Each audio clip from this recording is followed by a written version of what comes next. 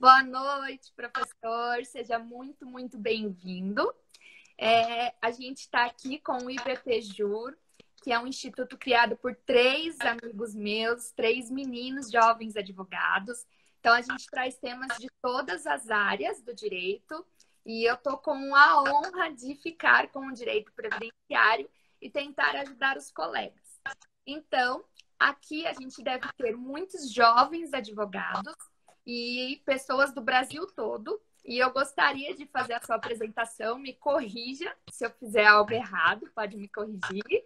Porque para a gente aqui que sabe que você é professor, foi meu professor na pós da ESA, meu professor de novo na pós do Legale, e também juiz aqui da nossa região, e o coração fica palpitando, porque se eu estou aqui hoje advogando, é graças a um mandado de segurança assinado aí por você na época em que eu nem conhecia nada do direito.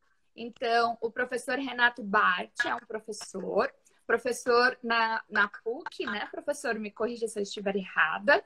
Também no Legale, aqui eu falo do Legale porque eu também estou aluna de novo com tantas mudanças que estão tendo aí. Eu falei, é melhor voltar a estudar, né? Porque senão eu não vou conseguir dar conta. Ele é juiz federal aqui da nossa terceira região, juiz aqui em São José dos Campos. Ai, professor, esqueci mais alguma coisa? Ai, peraí, o mais importante, autor do livro Mandado de Segurança, excelente livro. Hoje a gente vai ter o sorteio de um. E para quem ficar até o final da live, a gente também tem uma surpresa. Esse livro aqui é fundamental. Então é isso, vou passar a palavra para ele. Quem tiver perguntas pode mandar aqui, dentro do possível a gente vai tentando responder. E vamos falar aí desse tema, mandado de segurança em matéria previdenciária. Ok. Bom, doutora Bruna, prazer em vê-la de novo, prazer em falar com os amigos todos que estão nos assistindo, com o pessoal todo do IBPJUR, que está começando e está fazendo um trabalho muito interessante nessa difusão de conhecimentos jurídicos, né, em todas as áreas. A gente está no momento em que realmente a gente não pode parar, né? É, eu sou professor já há muitos anos, né? Lá na PUC eu dou aulas desde 1996, né? Não pode falar essas coisas que entrega a idade. Mas a verdade é que a gente está sempre precisando estudar, né?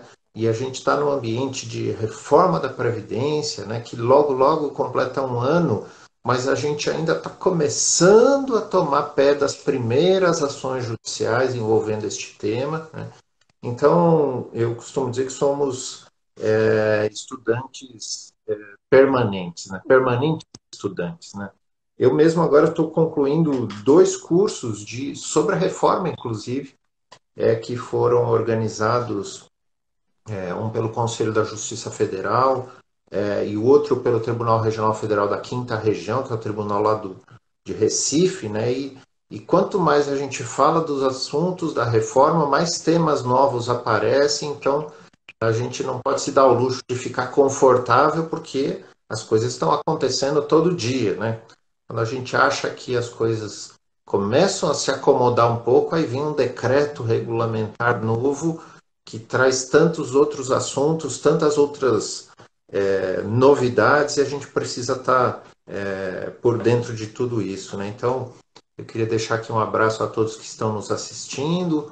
É um prazer, é uma satisfação, é uma honra estar falando de novo sobre mandado de segurança, que é um tema que me chamou a atenção, e eu digo isso com alguma frequência, não só na minha vida como juiz federal, porque na Justiça Federal a gente vê mandado de segurança desde sempre, desde muito cedo, né? Eu ingressei na magistratura em 1999, né? E eu atuava numa vara, que era uma vara civil em São Paulo, então mandados de segurança, assim, pilhas e pilhas, montes e montes, muito na área do direito tributário, muito na área do direito administrativo, mas muito pouco na área do direito previdenciário. E é esse ponto que me chamou a atenção logo que eu comecei a tratar de mandado de segurança. Porque eu não via o mandado de segurança ser manejado pelos advogados previdenciaristas com a mesma desenvoltura, digamos assim, que os tributaristas usavam, né? Eu me lembro até de uma colega, professora de direito tributário, que era advogada, e ela dizia assim, para quem quisesse ouvir, bom, para mim sempre cabe mandado de segurança em matéria tributária, né? Porque era um instrumento do dia a dia do advogado tributarista. Já na área do direito previdenciário era muito raro, era muito incomum. E de vez em quando a gente via um mandado de segurança na área previdenciária em que a gente não entendia muito bem o que teria passado na cabeça do advogado ao escolher um mandado de segurança. Por exemplo, numa situação que ele não era cabível. Por exemplo, quando já havia passado lá o prazo de 120 dias, o prazo decadencial de 120 dias, ou então numa situação em que ele precisava de um outro tipo de prova, que não a prova documental, e aí o mandado de segurança simplesmente não cabia naquela situação, né? E eu vi, com o passar do tempo, também outras situações em que, olhando a descrição do fato, eu pensava, isso aqui era caso de mandado de segurança. E por que será que o advogado previdenciarista resolveu não usar o mandado de segurança numa situação que ele era cabível, que era pertinente, e além disso, era a melhor coisa que ele podia fazer para o cliente dele era impetrar o mandado de segurança. Enfim, nessas duas visões que eu tinha como juiz e também como professor dentro de sala de aula, né, eu me lembro de às vezes falar para o aluno assim, olha, aqui, como tem lá um enunciado do Conselho de Recursos de Previdência Social tratando desse assunto, se você impetrar o mandado de segurança porque tem um problema no processo administrativo, por exemplo, você afasta a ilegalidade no processo administrativo, o seu recurso vai subir e lá no conselho você vai ganhar, porque tem um enunciado do conselho dando ganho de causa para o seu cliente, né? E aí eu vi o aluno às vezes meio desconfiado, falando, mas mandado de segurança, acho, não sei nem como é isso, não sei como fazer. E a partir daí, dessas reflexões todas, nasceu um curso de mandado de segurança, que eu dei lá no Legal, inclusive. Preparei um material de apoio, e aí dá o curso de novo, estuda mais um pouco sobre esse assunto, e esse material de apoio foi criando raízes, digamos assim, ele foi se expandindo até que ele virou o livro, que é um livro que saiu na sua primeira edição em 2017, e de 2017 para cá aconteceu o que está todo mundo vendo acontecer, né? O mandado de segurança simplesmente ele explodiu na área do direito previdenciário, né? Eu converso com muitos colegas juízes federais e é unânime, né? Todos eles dizem, olha, eu nunca julguei tanto mandado de segurança em matéria previdenciária como nesses últimos 2 anos, talvez, né? Que coincidiu exatamente com aquele problema todo do INSS, né? Daqueles milhões de requerimentos administrativos sobrestados lá. E, na verdade, a grande maioria dos mandados de segurança que a gente tem recebido são esses mesmos, né? Com um pedido de liminar para obrigar o INSS a apreciar o requerimento administrativo, ou com um pedido para que o INSS seja obrigado a julgar o recurso administrativo, ou ainda em tantas outras situações em que o mandado de segurança ele vai servir para obrigar o INSS a implantar o benefício que foi reconhecido em grau de recurso. Ou seja, o segurado perdeu em primeiro grau, ganhou no recurso, o processo baixou para a agência e a agência ainda não implantou o benefício. Então, são aquelas situações de omissão, né? O INSS, ao não atuar, viola o direito líquido e certo do segurado ou do dependente. Mas o que eu procuro demonstrar no livro é que tem muitas outras possibilidades de usar o mandado de segurança. O que eu acho só que a gente precisa ter em mente, ter como ponto de partida o mandado de segurança ele não vai ser a solução para todos os seus problemas previdenciários, claro, porque tem situações em que ele é cabível, tem situações em que ele não é cabível. Mas se tem uma ideia que perpassa toda a ideia do livro, e a todo momento eu falo nisso, eu falo sobre isso no livro, o mandado de segurança ele tem que ser mais um instrumento. Ele tem que ser aquele instrumento em que aquele que milita na área do direito previdenciário conheça, saiba dominar, saiba aplicar quando for o caso.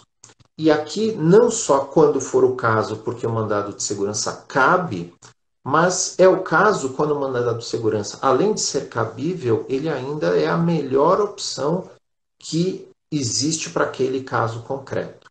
Então, digamos assim, é aquela ideia de você ter uma carta na manga.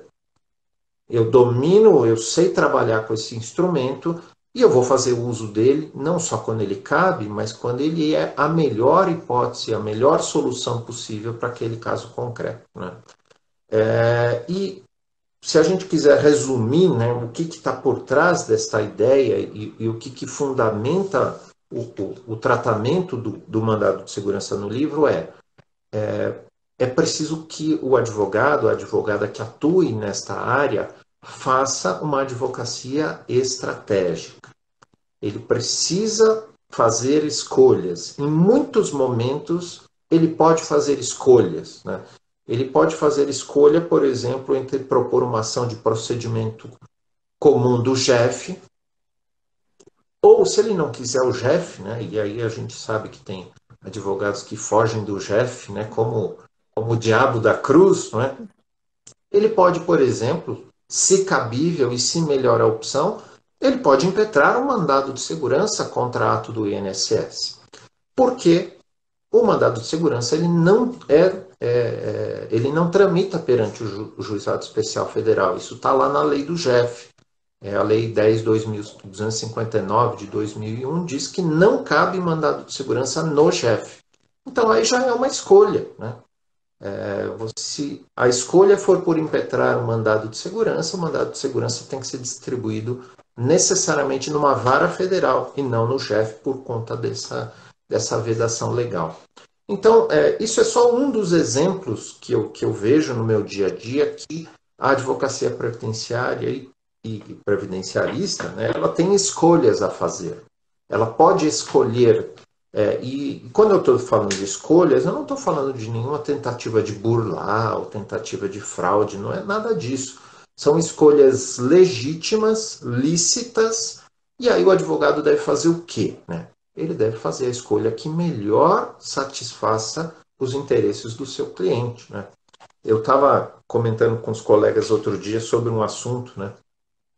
Foi um assunto muito curioso, né? Não vou citar nomes, mas vou contar a história, né? Eu comecei a perceber aqui em São José dos Campos, eu atuo numa vara, né, não no juizado, numa vara. Eu comecei a receber uma série de ações de concessão de benefícios de aposentadorias rurais. Todas de pessoas que moram numa cidade aqui perto, e não vou dizer onde é, né, não vou contar o nome. Eu vou contar o santo, mas não contar o milagre, mas não contar o santo. E aí eu vi uma ação, fiz uma audiência. Depois, uma semana depois, fiz mais uma audiência. Depois, na quinta audiência, mesma situação, né? Aposentadoria rural, advogados desta outra cidade, pessoas desta outra cidade, testemunhas da outra cidade. E aí, as pessoas tinham que se deslocar até São José, pegando estrada, perde o dia de trabalho. E aí eu perguntei para o advogado na quinta audiência. Falei, doutor, por que o senhor está vindo aqui propondo essas ações? Se o senhor poderia propor lá na sua cidade, né, perante o juízo estadual, né, era incompetência, a questão da competência delegada, né, isso foi antes da emenda, antes da reforma, né. E aí o advogado ele desconversou, enrolou e no final ele acabou dizendo, sabe o que é, doutor? O juiz lá da minha comarca, ele está agora dizendo que todas as aposentadorias rurais são inconstitucionais por falta de prévia fonte de custeio. Ele está julgando tudo improcedente. Eu falei, então eu entendi o que é. Eu entendi o que aconteceu. Essa tese não é uma tese acolhida pelos tribunais, essa da inconstitucionalidade, então muito provavelmente estas sentenças de improcedência foram revertidas no TRF. Mas o que fizeram esses advogados estrategicamente e muito inteligentemente? Olha, se na competência delegada o segurado pode propor ação na comarca da Justiça Estadual do seu domicílio ou na federal, Se aqui está ficando ruim, está demorando, eu não vou conseguir uma tutela provisória para implantar a aposentadoria já, eu vou na federal, porque lá a solução é outra. Então, a ideia é essa. É um advogado que legitimamente, licitamente, fez a melhor escolha que o cliente dele tinha naquela situação. E eu tenho encarado o mandado de segurança exatamente do mesmo jeito, né? É uma das possibilidades, uma das escolhas que não cabe em todas as situações. Tem situações em que ele cabe, mas ele não é a melhor opção. E o advogado e a advogada certamente irão fazer a melhor escolha e usar o mandado de segurança quando ele for cabível, né? A doutora me falou da história do mandado de segurança, do seu mandado de segurança, né? E eu me lembrei do ministro Marco Aurélio do Supremo, né? Que ele fala que ele julga processo sem olhar a capa, né? E é verdade isso, né? Eu fiquei sabendo agora, né, que esse mandado de segurança que eu julguei era da doutora. Eu não, sinceramente não me lembro e a gente realmente não costuma olhar o nome da pessoa que está na capa, né? E eu ainda não sou muito bom de ligar nomes a pessoas, né? Mas enfim, pelo menos que bom que a solução foi satisfatória e a doutora está aí advogando, né?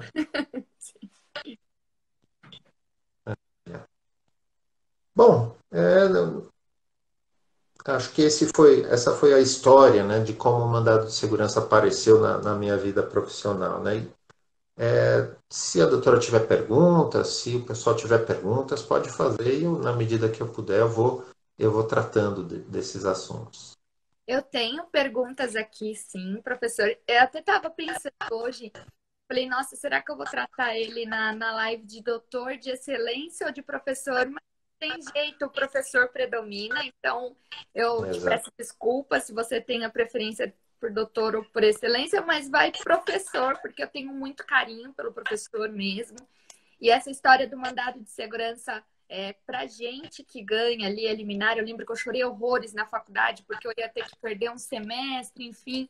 E foi quando eu descobri que o mandado de segurança, ele não é um monstro como todos os advogados pensam. A maioria tem um receio, né? Até porque a gente, falando em termos bem básicos, a gente é acostumado com autor, com requerente, começa que no mandado de segurança é impetrante, impetrado, e tem aquela questão de, a gente usa o termo para quem a gente vai dirigir, né? Quem que é a autoridade coautor, enfim, esses termos que nos assusta.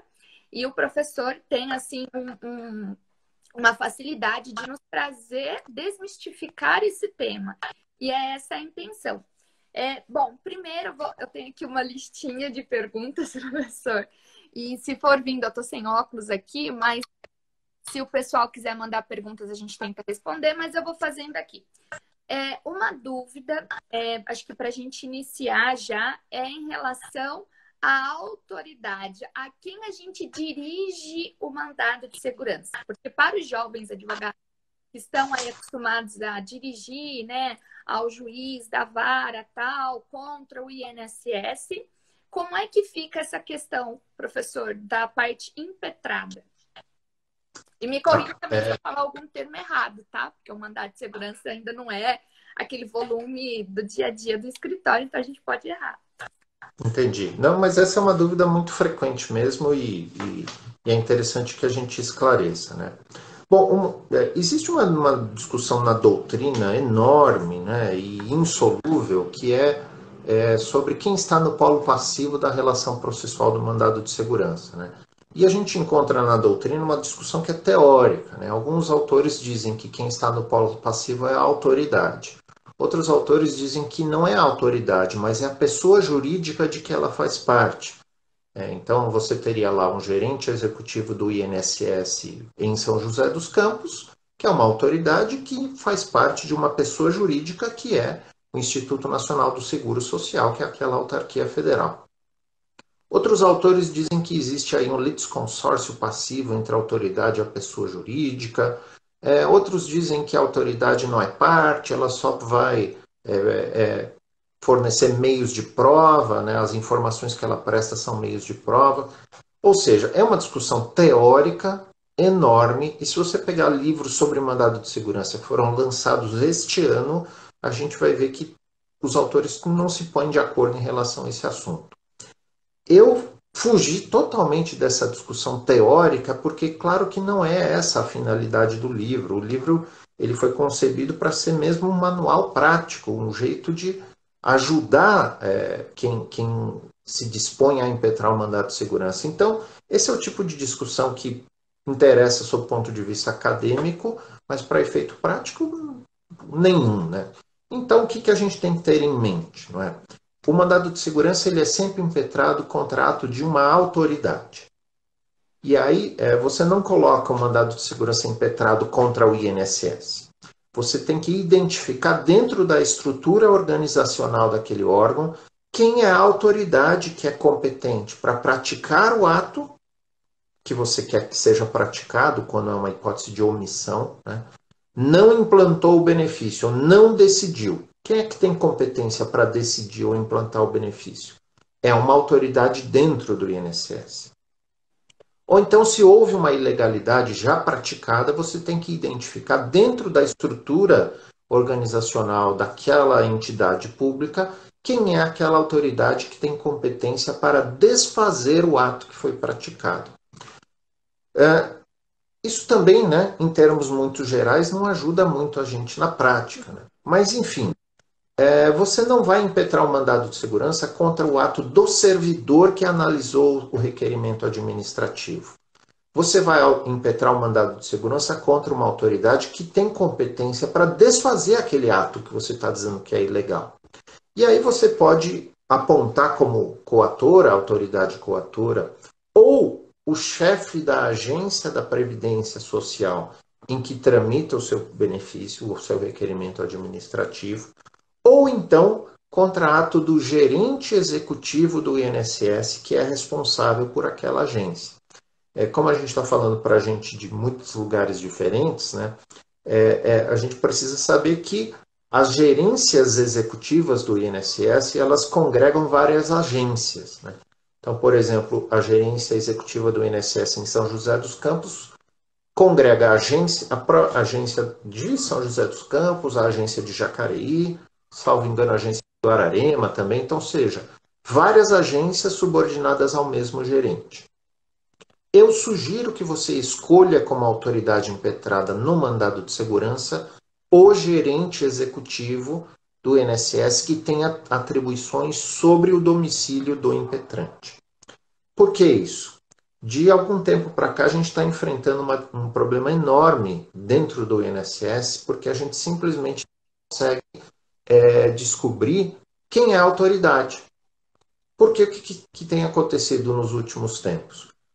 O segurado ele faz o pedido do benefício dele por via eletrônica, lá no meu INSS. Muitas vezes, quem vai analisar o pedido de aposentadoria, o pedido de benefício dele, não é um servidor que está lotado na agência daquele domicílio, do município de domicílio do impetrante. Então, eu tenho visto na prática, por exemplo, um segurado domiciliado em São José dos Campos, fez o requerimento do benefício pelo meu INSS e vem lá o indeferimento assinado por um servidor da Agência da Previdência Social lá de Andradina, 600 quilômetros de distância. E aí, mas então quem é a autoridade? Quem eu devo indicar como autoridade? E aí a gente precisa entender como que essa descentralização está ocorrendo. Por que o meu requerimento de benefício ele está entrando numa fila que pode ser uma fila nacional ou pode ser uma fila regional? E se é dentro de uma região inteira, por exemplo, a região Sudeste 1, qualquer servidor que atua na área de reconhecimento de direitos pode analisar o requerimento administrativo. Isto porque, como a gente bem sabe, o INSS ele criou, por atos infralegais, né, por atos administrativos, aquelas centrais de atendimentos e de reconhecimento de direitos, as tais das CEABs. Né? Uhum. Tem um nome muito pomposo, né, a tal da CEAB. Deixa eu achar aqui o nome certinho dela para não falar o nome errado. centrais de análise de benefícios para reconhecimento de direitos. Por que o INSS fez assim? Adotou esta solução? Por conta da fila, por conta do atraso. O INSS ele percebeu que mesmo dentro do mesmo estado havia agências superlotadas com atrasos enormes, outras agências com atrasos menores e algumas agências quase com nenhum atraso. Então eles se reorganizaram internamente, criando essas centrais de análise de benefícios para reconhecimento de direitos. Cada uma dessas centrais tem um gerente ou um superintendente, né? E o fato é que, quando você faz o requerimento administrativo, você não consegue saber aonde que o seu requerimento vai ser analisado. Pode ser num servidor da mesma cidade, pode ser da cidade vizinha, ou pode ser de alguém muito distante. E aí, quem é a autoridade coatora neste caso?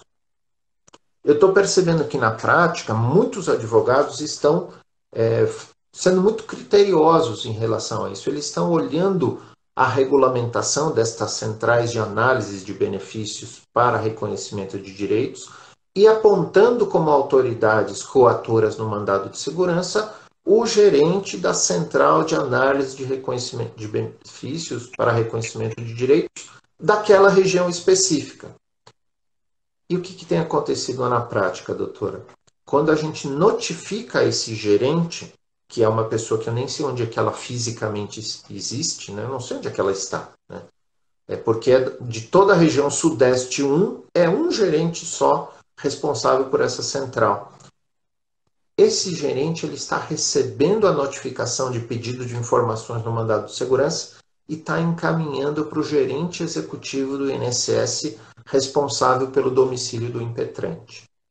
Então, isso é um paradoxo, né? Porque o advogado que foi super cuidadoso de apontar exatamente a autoridade que os atos normativos do INSS dizem que é a correta e o mandado de segurança dele está demorando mais para tramitar.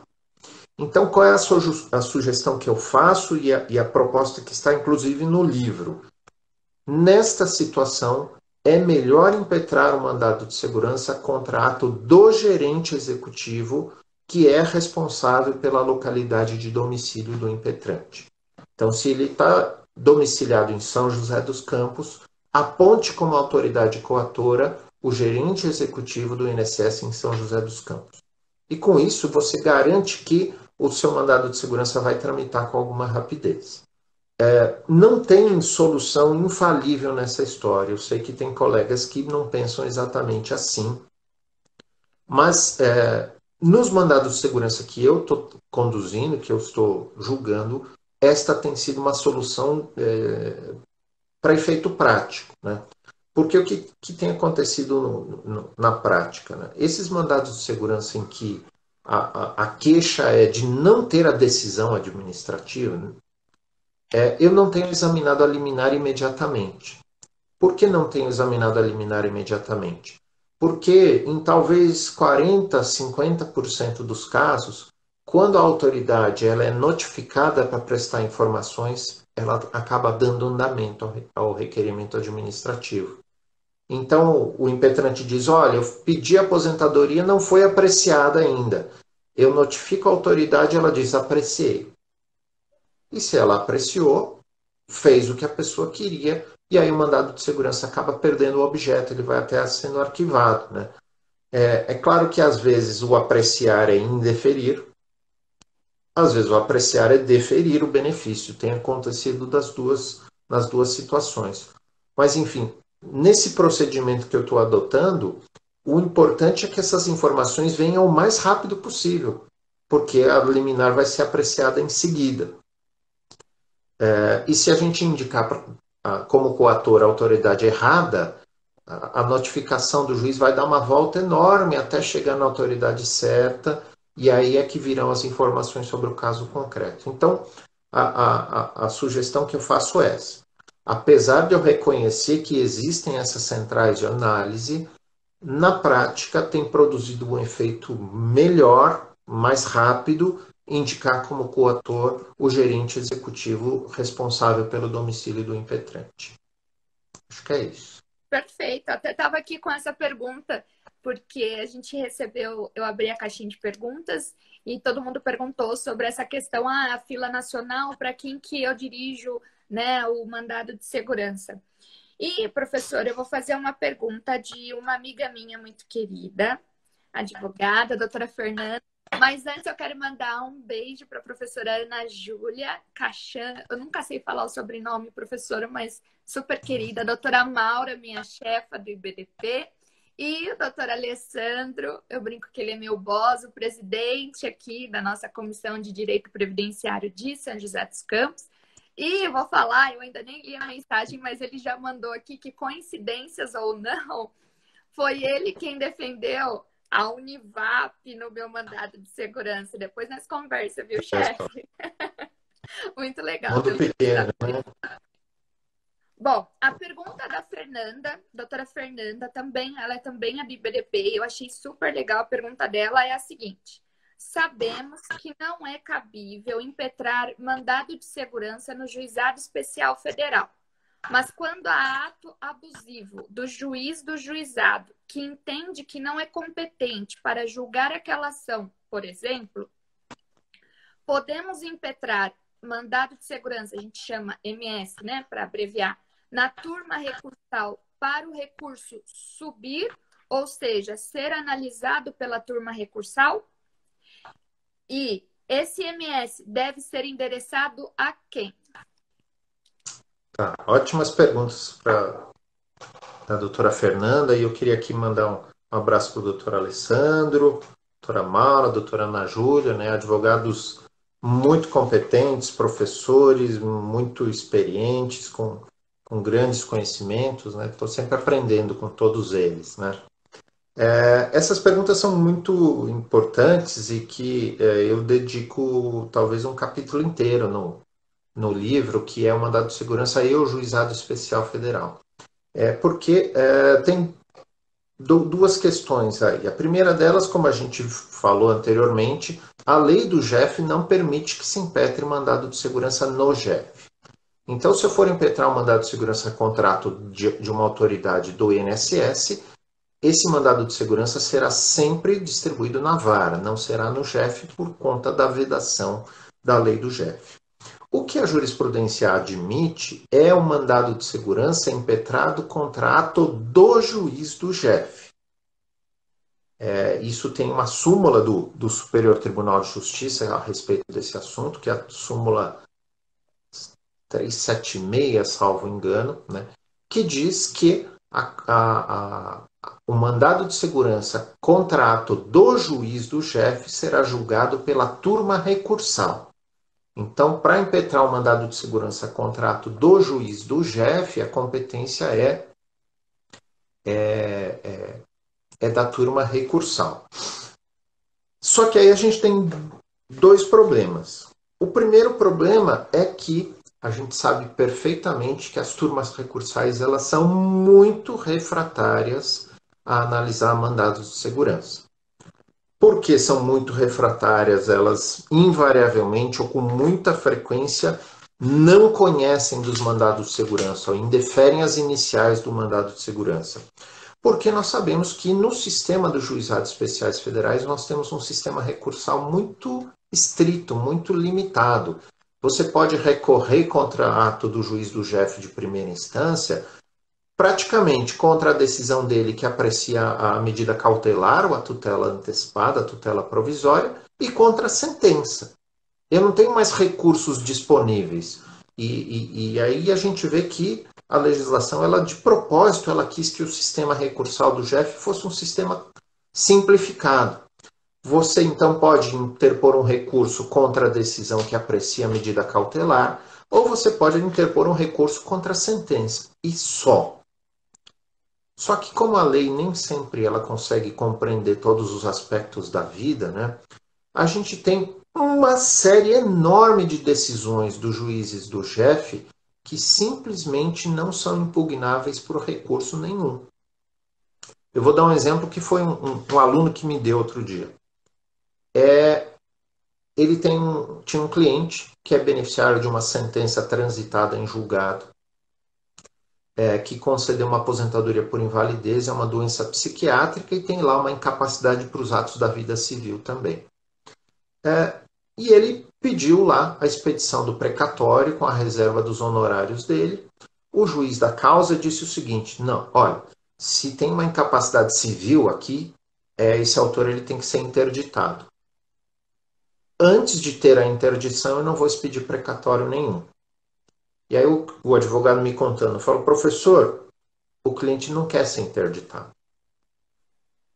Eu já falei com ele, ele tem um problema psiquiátrico e não quer ser interditado. Eu já conversei com todo mundo da família dele e ninguém quer interditar, porque ele quer lidar com a própria aposentadoria. Ele quer receber ele mesmo, quer gerenciar a própria vida, muito embora a perícia tenha reconhecido que ele é incapaz para os atos da vida civil. Como que eu posso mover uma ação de interdição em nome do cliente se ele não quer e se ninguém da família dele quer? Não tenho como fazer isso. Não posso obrigar ou atuar em juízo em nome do cliente contra a vontade dele mesmo, por mais que a vontade esteja aí abalada pela questão da incapacidade civil. Mas como é que eu vou receber meus honorários? Me perguntou o advogado. Se o juiz diz que não expede o precatório antes da interdição, o cliente não quer que eu faça a interdição, faço o quê? Tem recurso disponível para impugnar essa decisão do juiz que diz não vou expedir o precatório? Não tem. E se não tem recurso disponível, eu não consigo vislumbrar outra possibilidade para reverter esta decisão do juiz do GEF, a não ser com o mandado de segurança. Aliás, é o que diz a própria lei do mandado de segurança, né? O mandado de segurança não é cabível contra a decisão judicial da qual caiba recurso, com efeito suspensivo. Se essa é uma situação que não cabe recurso, muito menos recurso com efeito suspensivo, teria que caber o mandado de segurança. Para o meu inconformismo, né, eu continuo não conformado com isso, as turmas recursais não querem saber de jeito nenhum de mandado de segurança nesse sentido. E, isso eu digo no livro com todas as letras, né, este tipo de entendimento até pode ser razoável do ponto de vista da gente ter um sistema recursal mais enxuto. Mas não é possível que a gente tenha dentro dos juizados uma situação em que a decisão, por mais errada e arbitrária que seja, ela se torna definitiva por falta de possibilidade de impugnar. E aí sabe quando que esse ato do juiz poderia ser impugnado? Quando ocorresse a prescrição intercorrente, ou seja, quando se passassem 5 anos, aí o juiz iria extinguir a execução pela prescrição intercorrente. Aquilo é uma sentença, aí o advogado poderia apelar. Mas a prescrição corre contra o incapaz? Não corre contra o incapaz, está no Código Civil, né? Então, essa decisão, por certa ou errada, mas vamos supor que estivesse errada, ela jamais poderia ser discutida em nenhum outro grau de jurisdição. E aí, com todo respeito aos colegas que pensam de forma diferente, né? Eu tenho muitos colegas que estão nas turmas recursais, talvez um deles esteja assistindo aí, né? Mas eu digo isso no livro com todas as letras. Não dá para a gente conviver com decisões judiciais que são impossíveis de serem atacadas por qualquer meio recursal. Então, o que eu costumo dizer é: precisamos continuar a insistir no mandado de segurança se contra aquela decisão judicial não tem recurso possível. Se não insistirmos no mandado de segurança, vamos tolerar que nós tenhamos um sistema processual que as decisões são impossíveis de serem atacadas, né? E isso não existe num sistema democrático, né? Uma decisão judicial irrecorrível não existe ou não pode ser tolerada dentro de um sistema constitucional democrático como é o nosso, né? Então, apesar da gente ter uma possibilidade de impetrar mandado de segurança, contrato do juiz do GEF, julgado pela turma recursal nos termos da súmula 376, as chances de êxito têm sido muito reduzidas, né? Por isso, a minha sugestão é: quando impetrarem ou quando forem levados a ter que impetrar o mandado de segurança, gastem lá alguns parágrafos para justificar o cabimento do mandado de segurança, né? Porque certamente esse vai ser um problema. Existe uma única situação em que o mandado de segurança contra ato do juiz do chefe não é julgado pela turma recursal, que é quando a decisão do juiz do chefe envolve competência do próprio chefe. Por que isso? Quando o juiz do chefe recebe uma ação e diz, olha, esta ação não é do chefe, é uma ação de vara federal e declina da competência,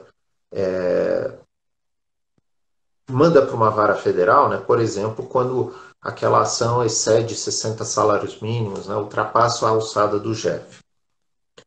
Essa decisão envolvendo competência do próprio chefe, no chefe não tem recurso. Lembra que é só o recurso contra cautelar ou o recurso contra a sentença, não tem recurso. Então pode ser mandado de segurança. E por que não é mandado de segurança na turma recursal, é um mandado de segurança no TRF? Porque é o TRF quem julgaria um conflito de competência entre a BUGEF e a vara. Se a gente pensar no contrário, né? O juiz do chefe diz, não é aqui, é da vara. Manda para o juiz da vara. O juiz da vara diz, não é aqui não, é do chefe mesmo. Para onde que o juiz da vara suscitaria um conflito negativo de competência? Para o TRF. É o TRF que vai julgar e vai decidir se aquela ação vai tramitar no chefe ou se ela vai tramitar na vara. Se é o TRF quem julga o conflito de competência, é o próprio TRF quem tem que julgar o mandado de segurança. Então, nesta situação, se é um mandado de segurança contra ato do juiz do chefe discutindo competência, nesta única hipótese, o mandado de segurança tem que ser impetrado no TRF e não na turma recursal. Pelo menos o TRF aqui da terceira região, o TRF de São Paulo, tem vários acórdãos nesse sentido. Eu acho que tem alguns até que eu cito no livro. Se a discussão, se a decisão do juiz do chefe é sobre competência, o mandado de segurança é no TRF e não na turma recursal. Perfeito, professor. Eu vou até tomar água, porque eu não sei os meus colegas. Doutora Elaine também do IBDP entrou. A Maura pedindo para ficar salvo, vai ficar. Mas quando o assunto é Jeff, dá até calor. Mas, professor, esse não é o tema. Se Deus quiser, a gente vai conseguir trazer a professora Maria Fernanda. Até estou fazendo um curso dela de recursos no Jeff, que é excelente. Mas, seguindo com mais uma pergunta, aproveitando aí mais uns minutinhos do professor, antes de acabar, e que eu achei super legal, que também é uma dúvida, que eu pensei, nossa, isso também é uma dúvida minha e eu nem tinha pensado, da doutora Fernanda, que é, se podemos iniciar uma execução provisória quando o MS ainda não transitou em julgado? Entendi. Não, a pergunta é excelente e, na verdade, assim, quando a gente está falando das coisas que no mandado de segurança são atrativas, né? Se a gente quiser colocar numa balança vantagens e desvantagens do mandado de segurança, este é um tema que está do lado das vantagens, né? Eu poderia dizer, por exemplo, o mandado de segurança permite a concessão da liminar. O mandado de segurança ele tramita com prioridade sobre todas as outras ações, com exceção do habeas corpus. O mandado de segurança tem um procedimento muito curto, não é? Distribui o mandado de segurança, o juiz aprecia a liminar, a autoridade presta informações em 10 dias, depois tem o parecer do MP, tem uma intimação do representante judicial e sentença. Então, assim, o mandado de segurança está pronto para ser sentenciado em 40 dias, ou às vezes em menos tempo, tem tudo para acontecer. Claro que as varas são diferentes, o volume é diferente, mas, digamos assim, em teoria, não haveria razão para o mandado de segurança estar sentenciado para além de um prazo de 60 dias, por exemplo, total, para ele estar sentenciado. Se você vai propor uma ação de procedimento comum que tramita na vara, a gente já sabe que o INSS, só para contestar, ele teria um prazo de 30 dias úteis. Então, assim, é só o prazo de contestação do INSS seria de 30 dias úteis. Então, se a gente colocar na balança vantagens e desvantagens, nesse ponto, o mandado de segurança tem enormes vantagens, né? Ele tramita, ou pelo menos ele é concebido para tramitar muito rapidamente. A outra vantagem das vantagens do mandado de segurança é exatamente essa. É a executoriedade imediata da sentença. Ou seja, no mandado de segurança a gente não tem uma etapa específica de cumprimento de sentença ou de execução. Na medida em que o juiz sentencia, a sentença dele ela é executada imediatamente. Aliás, né, a lei do mandado de segurança até fala que a sentença poderá ser executada. Mas esse poderá é um poderá parece do direito administrativo, né? Um poderá deverá. Porque essa executoriedade imediata é uma característica, é um atributo da sentença no mandado de segurança. Então vejam só que curioso. Às vezes o juiz ele indefere a liminar. Indeferiu a liminar. E às vezes o advogado se dá o trabalho de fazer o agravo de instrumento, aí tem que montar o agravo, recolher as custas quando não é justiça gratuita. A hora que ele distribui o mandado de segurança, vem a sentença. E a sentença que se executa imediatamente, né? Então, em muitas situações eu vejo que nem vale a pena, não vale o trabalho de agravar de instrumento, porque a sentença vem logo em seguida e a sentença se executa imediatamente. Tem uma outra questão, né? Se tiver apelação, essa apelação ela será recebida no efeito meramente devolutivo. Ou seja, se é uma sentença de procedência, de concessão da segurança, a sentença será executada imediatamente, mesmo que haja uma apelação do INSS ou da autoridade, né? A autoridade também pode apelar, é uma das particularidades do mandado de segurança, que não só o INSS, pessoa jurídica, né? O procurador federal pode apelar, mas também a própria autoridade, embora isso não seja muito frequente. Mas, enfim, mesmo com a apelação, a sentença já vai sendo executada imediatamente. Isso é uma grande vantagem, né? E, aliás, né, o advogado não precisa fazer nada, não precisa pedir. Por quê? Na medida em que o juiz sentencia, a lei do mandado de segurança determina que o juiz comunique à autoridade. E a autoridade, quando recebe a sentença, ela não tem que pensar se ela vai ou não vai cumprir, pedir orientação para o procurador, ela precisa cumprir imediatamente. Então, esta já é uma das outras grandes vantagens do mandado de segurança. Pode ter apelação, tem até o duplo grau obrigatório, né, a remessa oficial, o juiz, quando concede a segurança, manda obrigatoriamente para o tribunal, mas a sentença já se executa imediatamente, mesmo sem pedido, né? E aí é que precisa tomar cuidado também, não é? Porque às vezes alguns pedidos eles são de reversão um pouco complicada, né? Então, por exemplo, você impetra o mandado de segurança para conceder a aposentadoria especial, né? E nós tivemos agora, no mês de junho, o Supremo Tribunal Federal decidindo que é constitucional aquela regra lá do artigo 46 da Lei 8.213 que permite que o INSS cesse a aposentadoria se o segurado em gozo de aposentadoria especial continuar trabalhando exposto àqueles mesmos agentes nocivos, né? Então pode ter um efeito contrário, né? O cliente recebeu uma comunicação da empresa dizendo, olha, não posso te manter aqui porque você está com uma aposentadoria especial. Então esse é um ponto que precisa ser bem refletido, né? É como aquela situação do juiz dar uma tutela provisória sem o autor pedir, e daí ele recebe lá uma notificaçãozinha do RH da empresa dizendo, olha, não posso te manter aqui porque você teve uma tutela provisória concedendo a aposentadoria especial. Então, precisa ter cuidado. Mas, enfim, na grande maioria das situações, ter uma executoriedade imediata da sentença é uma grande vantagem, né? É uma das coisas a pensar como boas, digamos assim, para quem impetra o mandado de segurança. Ah, professor, olha, os 40, 45 minutos que a gente tinha combinado voaram. Eu, particularmente, amo processo civil. Eu fiz a pós em processo civil na PUC. amo a questão do mandado de segurança, mas eu também tenho os meus medos, os meus receios, e sempre que a gente vai fazer um, a gente esbarra ali, né? E por isso eu queria fazer uma pergunta minha. Eu nem sei se eu posso perguntar assim, mas eu vou dizer que foi um amigo que perguntou.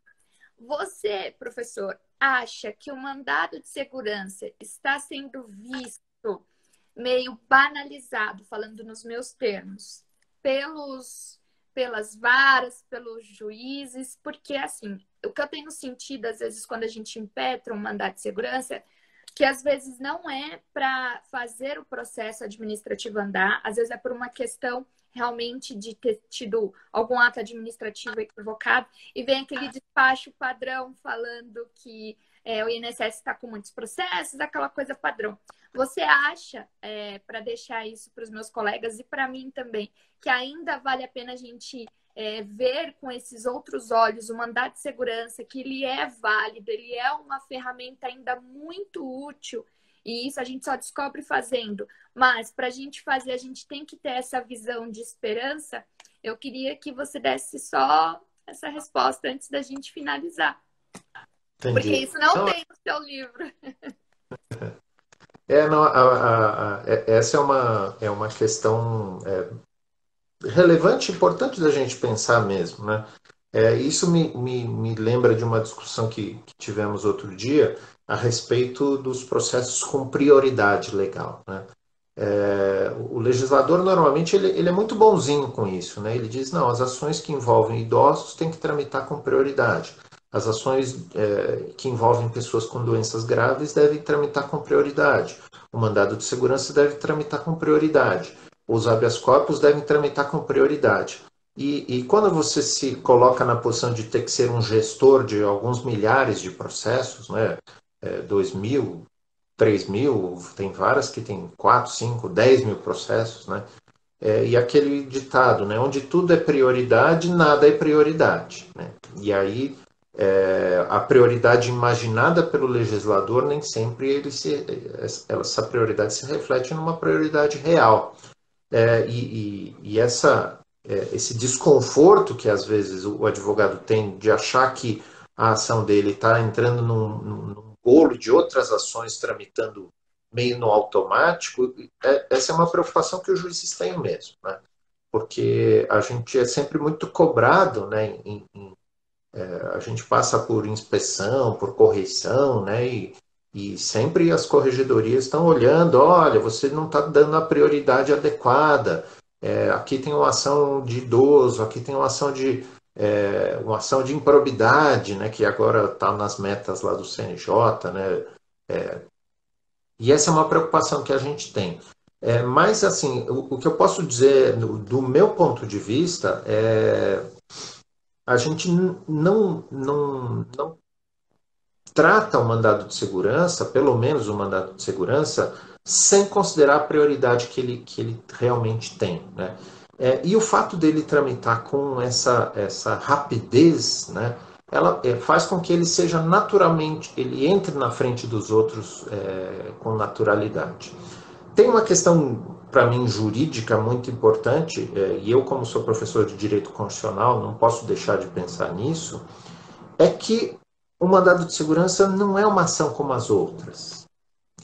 O mandado de segurança, ele não por acaso, ele está previsto lá na Constituição dentro do artigo 5º. Ele está dentro do rol dos direitos e garantias individuais.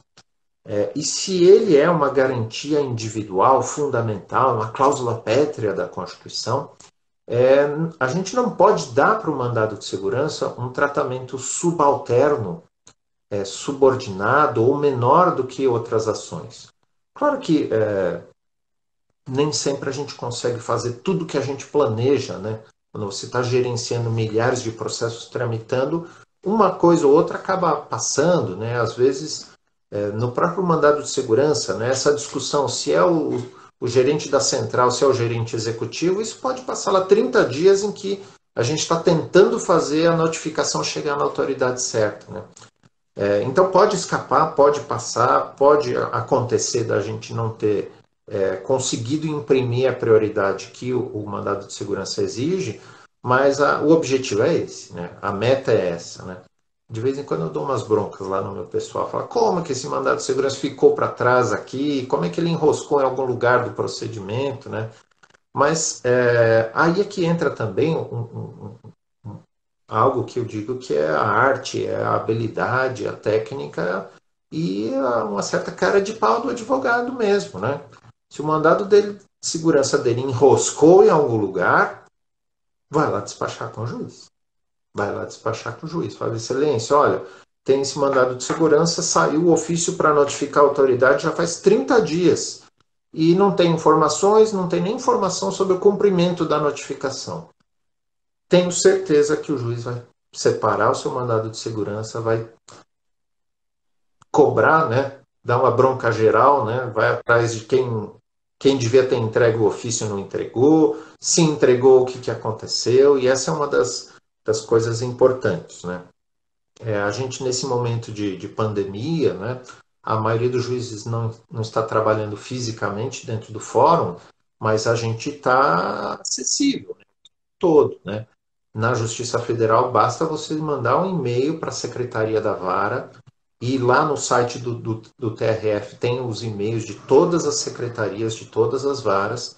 E eu tenho atendido vários advogados. A gente atende pelo Microsoft Teams, a gente atende também pela videoconferência.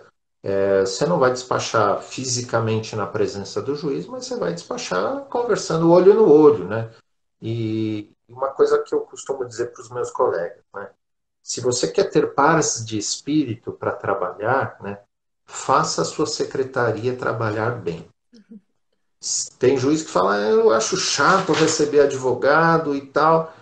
Você não gosta de receber advogado? Então faça a sua secretaria funcionar muito bem. Porque se a secretaria funciona bem, os processos andam rápido, ou às vezes até não andam tão rápido, mas andam de um jeito previsível. Professor, a gente falou, Agora eu voltou. prometi que a gente ia fazer de 45 minutos, mas não deu, desculpa. Não, mas enfim, não, foi problemas da tecnologia, caiu a conexão. Mas já voltamos. A E Rita aí, Bart só é sua para. esposa? A Um monte Rita. de Bart entrando, então eu vou deixar um beijo aqui em nome do IBP Jur, porque aqui também minha família fica todo mundo participando e eu sei o quanto é especial. Obrigada por vocês cederem um tempinho do professor pra gente, viu? Imagina. E aí, só para finalizar o que eu estava dizendo, então é isso mesmo, né? Se o mandado de segurança não está tramitando com a velocidade, com a prioridade que ele precisa tramitar, o despacho com o juiz deve resolver bastante, ou pelo menos em alguma medida vai resolver esse problema. Ai, professora, olha, eu quero muito te agradecer de coração por você vir aqui nos ajudar com esse tema. É um tema que eu acho que muitos advogados têm receio, têm medo. Não é uma ação que a gente costuma fazer no dia a dia e eu vejo conversando com os colegas que também não têm esse costume. E aí, não é merchan, apesar de estar ao vivo já na segunda live com o professor aqui emendada, não é merchan. Eu tenho esse livro. Ele é excelente, ele fica ali na minha mesa, fica dentro ali dos meus livros de processo civil. É o que eu mais pego, é o que eu mais utilizo. Gente, ele não é um livro teórico daqueles que você pega e lê e não entende. Ele é extremamente didático, é mais do que um manual. Então, eu super recomendo mesmo. Esse é o meu. Nós vamos sortear na sequência da live. E o professor, gentilmente, conseguiu, né, professor, junto com a editora, um cupom de desconto. Você quer falar, professor? Pode falar. Eu vou caçar aqui o número do cupom até. Quero sim. É porque a editora desta segunda edição é a editora Juspodium, né? É uma editora jurídica excelente, né? A editoração está muito bem feita, o livro está bonito, né? Modéstia à parte, né? Além do conteúdo, o livro está muito bem editorado, muito bem feito. E eu conversei com eles que eu ia fazer a live de hoje e eles gentilmente ofereceram um cupom de desconto. Então, para quem se interessar pelo livro, pode entrar lá no site da editora Juspodium e precisa colocar lá um cupom de desconto. O cupom é BART 2020. É esse Aqui aí, vai ó. estar invertido, mas eu vou postar depois, tá? Aqui aparece invertido. É Bart, o meu sobrenome, né? Renato Bart, é BARTH 2020.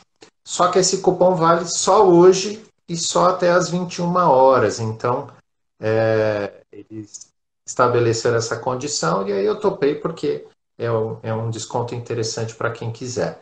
Então, enfim, quem não quiser, quem não, infelizmente não for sorteado e mais quiser ter contato com o livro, aproveite o cupom de desconto que ele tem essa duração só até as 21 horas de hoje, que é dia 7 de agosto.